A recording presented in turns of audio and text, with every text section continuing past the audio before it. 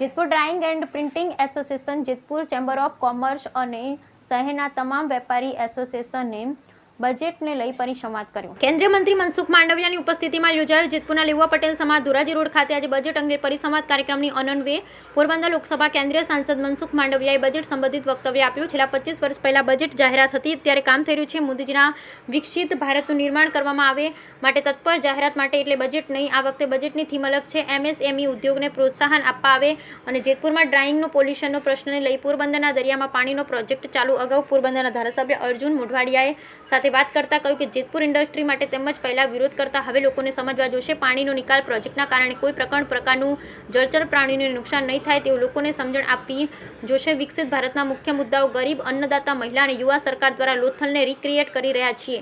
5000 વર્ષ પહેલાનું લોથલ હતું તેવું જ બનાવવામાં આવી રહ્યું છે. હાલ પ્રથમ ફેઝનું લોકાર્પણ દિવાળી પછી કરવામાં આવશે. નેચરલ ફાર્મ તરફ ધ્યાન આપવામાં આવી રહ્યું છે. રોજગાર અને કૌશલ પ્રશિક્ષણ માટે સરકાર કટિબદ્ધ. વિકસિત ભારત અંતર્ગત ઇન્ફ્રાસ્ટ્રક્ચરનું બજેટમાં 11.5 લાખ કરોડ બજેટ. 24-25માં ઇન્ફ્રાસ્ટ્રક્ચર 15 લાખ કરોડનું બજેટ હશે. સરકાર વિઝન સાથે કામ કરી રહી છે. 25 કરોડ લોકો ગરીબ રેખાથી બહાર આવી રહી છે. પ્રોવિડન્સ ફંડમાંથી જેતપુરમાં ઉત્તમ હોસ્પિટલ બનાવવાનું સપનું વ્યક્ત કર્યું હતું. આ મિટિંગમાં જેતપુરના ધારાસભ્ય જયેશ રાદડિયા, જિલ્લા ભાજપ પ્રમુખ અલ્પેશ ઢોલરિયા તેમજ જેતપુર ડાઇંગ પ્રિન્ટિંગ એસોના હોદ્દેદાર તેમજ શહેરના નાગરિક તેમજ વેપારીઓ ઉપસ્થિત રહ્યા. ખાતે બજેટ પર પરિસંવાદનું આયોજન થયું હતું. મોદી ગવર્મેન્ટ દ્વારા યુવા અને રોજગારલક્ષી બજેટ દ્વારા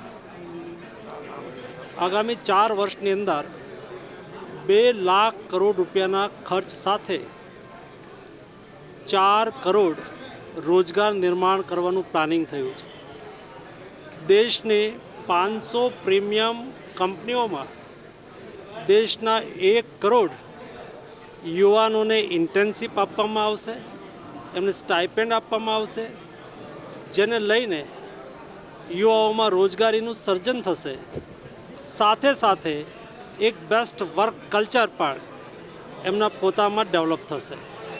એવી જ રીતે દેશની અંદર જે રીતે ઇન્ફ્રાસ્ટ્રક્ચર ડેવલપમેન્ટ થઈ રહ્યું છે, ગતિથી હાઈવેનું નિર્માણ થઈ રહ્યું છે, રેલવેના ટ્રેક બની રહ્યા છે, એરપોર્ટ બની રહ્યા છે, મેટ્રો રેલ બની રહી છે, એલિવેટેડ બ્રિજ બની રહ્યા છે. દેશ જબ આઝાદીનું શતાબ્દી વર્ષ મનાવતો હોય ત્યારે યાને કે 2047ની અંદર વિકસિત ભારત બનાવવા માટે આ બજેટની અંદર 11.5 લાખ કરોડ રૂપિયાની જોગવાઈ એ ઇન્ફ્રાસ્ટ્રક્ચર પાછળ ખર્ચ માટે રાખવામાં આવી છે, જે આગામી દિવસોની અંદર ઉત્તમ ઇન્ફ્રાસ્ટ્રક્ચર બનાવવા માટે ઉપયોગી થશે. ટૂંકમાં આ બજેટ એ યુવાલક્ષી, રોજગારલક્ષી બજેટ છે. ઇન્ફ્રાસ્ટ્રક્ચરને પ્રોત્સાહિત કરનારું બજેટ છે. સંવાદ દરમિયાન વિસ્તૃત રીતે વેપારી, મહાજન, ઇન્ડસ્ટ્રીયાલિસ્ટ સૌના વચ્ચે આ વિષય રાખવામાં આવ્યો છે.